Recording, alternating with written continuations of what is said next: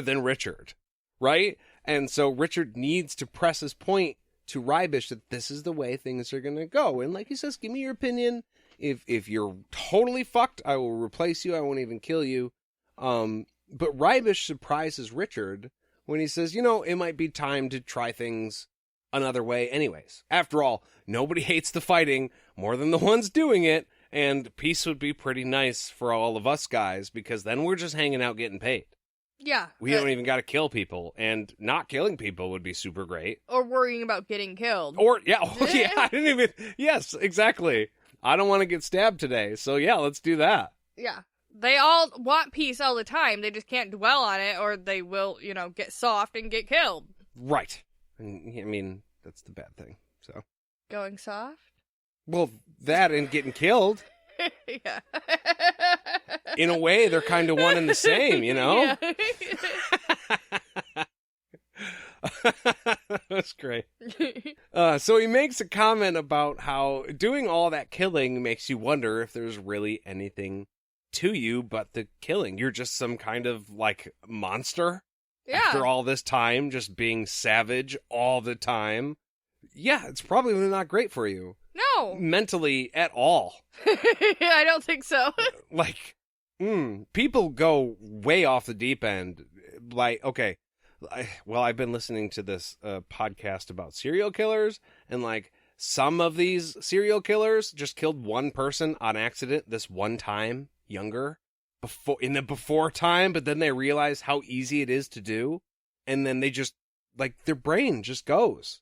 Killing one person, even on accident, totally warped their entire point of view. Different chemicals in your brain, and you can't replace that with any other feeling. And But then when you go to war, and you got you and 50,000 of your buddies who are doing everything the same that you're doing. Yeah. You know what I mean? You just go right into a frenzy. Again, not trying to make excuses. Plus, this is their job. But yes. Yeah. That will warp your mind for sure. Yeah. Not to mention, just on a real quick sidebar, Jade and I are both American Legion members, and there are several members there who have seen many, I don't know if it's hours or years or how they measure it, but combat. A lot of combat-heavy guys. Tours. Maybe? Yeah, and my dad and all of his buddies, they're all Vietnam-era guys, and they just have an air about them. Yeah. And you just know. And we don't have to go into all of that now, but they lived through some shit. Yeah. That changes a person. Anyways, Richard tells him that he believes him.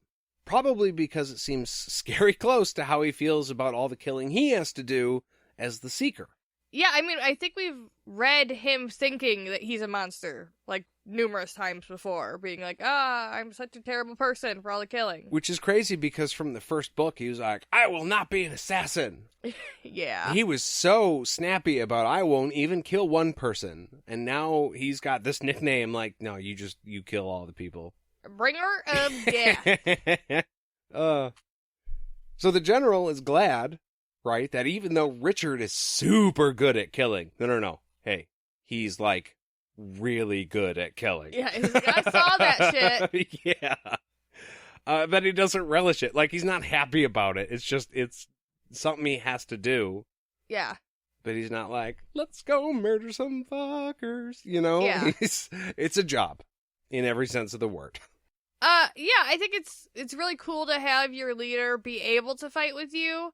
Because not a lot of them do, obviously. A lot of them like to stay safe, or they won't be a leader because they want to be in the front lines, like Herbert. No, what's his fucking name? Henry. What's fucking Kalen's brother's name? Harold. Yeah, that dude. He doesn't want to rule because he wants to fight. Because he wants to fight, right. He's a front lines man. Yeah, so I think it's interesting to see somebody like Richard who not really wants to lead, but he can fight, he can be a badass and fight. He doesn't really want to fight unless he has to, and he's gonna lead. He's a rare bird. Yeah, he's like a jack of all trades. That. Yeah. Yeah. That was a very intentional joke, and I apologize. I'm sure I just ticked everybody off he is not a jack-off. Yeah, he might be sometimes. I mean, look, I wholeheartedly believe Richard can be a prick, but he has good reasons. Most of the time. So, it's like tough love. He's tough love incarnate. Yeah. But Rybish says he's going to send men to check all the guard forces from other lands in the city, and Richard tells him to be extra careful around Nicobarisi. Now, we know that that's where the blood is from, and they have been stirring shit up.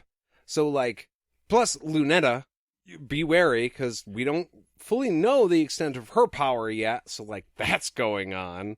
But as for Lunetta and Brogan and Gale, they're not leaving. Yeah, he's got archers set up so that if they try, he can like... I like the little... You can picture him in the window like, That's a nope. So it's revealed during this little convo that Richard has no idea how many lands are actually in the Midlands either. Like, you're the king now? Maybe day one type stuff? Like, all right, what am I in charge of, actually? How many people am I asking to surrender right now? Like maybe he could have asked somebody, pulled somebody aside and been like, can I just get a quick rundown? Yeah, is this like multiple countries, or is this everything the light touches kind of a situation? Like, what do we got? Yeah, somebody, just so I don't look like an idiot when people ask me questions like this when we're out there. Because I'm gonna, like, who wants to follow somebody who doesn't know how many things they're trying to command here? It's like the president stands up and he's like, that's right, we are going to fight to take care of all 37 states of these United States of America. You just dead silence nationwide. Did he just, wow, holy shit, okay. Yeesh. But yeah, you're right. He just seems very uninformed for somebody making such crazy demands and being in charge of everybody. Yeah. And he has no idea how the system actually works, but he's like, no, we're gonna throw this one on its end and do my thing. Yeah. Even though I don't know. Yeah. That's what he said. Dark and Raw was an asshole, but I bet you he knew how many fucking lands were in the Midlands. So after Rybish leaves to go take care of that, Carr tells Richard that he needs to rest because he's about to fall the fuck over. And he tells her that he's got to write his lady a letter first. I really liked the fact that Kara telling him that he needs to go lay down was significant because she's a Mord Sith and they know what men can handle. She's like, no, this is what I do, dude. You're about to drop. Yeah, it wasn't just like, you look tired. It was right. Like, no, man, this is like real bad. I didn't think about that at first. I actually backed up when I was listening to the chapter and I was like, oh no, oh shit. They go into a little bit more detail. I do that so often. Terry goes into more detail about her being a Mord Sith and how she knows the threshold, and I was like, oh, so it's not just sleepy. Like you said, he's about done. Yeah, he's KO'd. Which is also probably not the time to sit down and write a letter longhand. Like, maybe just dictate that shit. Yeah, maybe. Especially because you have so many people there that would probably... You're the king now, dude! Be willing to. He's not a king. He's okay. the Lord Rawl. I actually, a real short segue again, I figured out why they call him Lord Rawl. Because he's not necessarily the King Rawl or the King of Dahara. He's the Lord. Like, a lord. You own the land that the people live on. So, like, that's your area, and all the Daharans are there. That's why he's Lord Rawl. He's like the landlord for Dahara. So, if him and Kaylin got married, she would be Lady Rawl. I believe, technically, yes, she would be Lady Rawl. Okay. But yeah, so he's got to write this letter to Kaylin, and he's got some shit to lay on her, but all of the Mord Sith kind of crowd him and start jabbing him about, oh, you're talking to a girl. Which was funny, because they can relax a little bit more around him, and that's why we end up liking the Mord Sith so fucking much. Yeah. Because they are completely brutal, hard as stone, do not fuck with, or fuck around and find out, and then they're like, you got a girlfriend. Yeah, Richard's setting them free has given them this extra little different... It's like a personality boost. Yeah. This extra little edge to their personality that's really interesting. And it's fun. And this whole time, too, there's like this little sitcom comedy bit where he's trying to get shit out of the drawers, like an ink pot and a pen and paper, and all the girls are like in the way of the drawers, and they won't move without him like physically moving them over. Well, speaking of being in the way, we've got to get one more break out of the way, and we will be back right after this. Mm-hmm.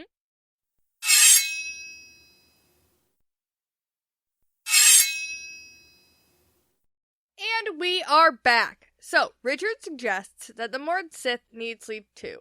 And Kara informs him that women are stronger than men, so it doesn't matter that they were chasing him just as fast as he was riding. And Richard remembers Denna telling him the exact same fucking thing, but it wasn't in a fun way. Like, she was being brutal when she was torturing him and telling him this. Right. So there are PTSD triggers everywhere with these women floating around. It's not great. For Richard. But he handles it really smoothly. Like, he recognizes that these women need to be able to play with him in this way, and he's the only one safe enough for them to practice these social gestures on him. Well, I think they'd probably murder anybody else if it went poorly. Right, and they can't trust anybody else the way they can trust him. Right, exactly. So, yeah, he's just doing really well for not having therapy all this time, and being able to be these women's kind of therapy when he probably needs it from them. Yeah, I think a lot of that has to do with that he separated his mind while he was with Denna. I think had he not done that, yes, he would. I mean, obviously, we both agree that he probably needs therapy as it is. Yeah. But I think had he not done that, it would be the severity that we're talking about right now. Yeah. I think he protected himself from a majority of that. Not all of it, but a majority of it because he separated his mind. Now he just has a piece of his mind that's shoved down deep that is waiting to crack open at any point and swallow him whole. Oh my gosh, it's the perfect opportunity! Stone Sour has that song called Type A Person a la T. It's Type A personality. Oh. You know, you got your Type A and your Type B. The Type A, well, actually, it'd be different. I'm sorry, maybe I have this backwards. A Type A person is the one who hollers and yells at everybody and is a nuisance in public. And then the Type B person is the person that stays quiet and just handles their shit and then finally fucking snaps one day when it all comes to the surface. Yeah, well, yeah. Type B people, where you at? Sorry. But, I mean, Richard also does let things out pretty regularly also. He does have a very good system to get that out. So, yeah, maybe he's all right. But Kara mentions that his queen must love him a whole hell of a lot to give up her land for him. And Richard reveals that she doesn't actually know yet. Hence the letter that we're writing. That's what's happening here. Wouldn't your very next question be like, does she know that y'all are getting married? Does she know anything? Anything at all? Does she know your name? The Mord Sith don't know that Kaylin is the Mother Confessor. Like, they don't know her real identity. They don't know any of that. So they don't know that he's asking much more than just giving up her land. He's asking her to give up all of the Midlands. The whole thing. Yeah, big deal. And Rhaena worries that this might make her call off the wedding. Like, just the fact that he wants her to give up her lands. Right. But Richard is sure that Kaylin is going to understand where he's coming from. Rhaena jokes that they're going to protect him if she doesn't. They're like, we got your back. And he freaks out. Yeah. Oh, yeah. Totally freaks out. And he's like, you're going to hold her life as dear as mine, so help me God, or you can go join my enemies right fucking now. I love how he goes all the way around the circle. Like, you. Swear you'll protect her. Okay, now you. Swear it. And I got the feeling that it didn't matter if there's 47 people in this room, if it took 20 minutes to get through everybody. Be like, okay, now you, and now you. And now you, could I have you sign there? Mm-hmm. An initial there? Great. Next. Yeah. He wants everyone to understand how serious he is, for sure. This is the most important thing. Yeah. If you failed to save me, you had better damn well save her, because I am definitely coming back as a spirit and haunting your ass for eternity. So Richard knows he needs to be careful with what he writes in this letter. He can't let slip who she is in case somebody finds the letter, and he needs to make her understand exactly what's going on. Yeah, who he is, what he needs her to do, without identifying her or literally anything. Yeah. He has to say everything and nothing. In code. So she had once said that she would do anything to protect him and save the Midlands, and he's hoping that this counts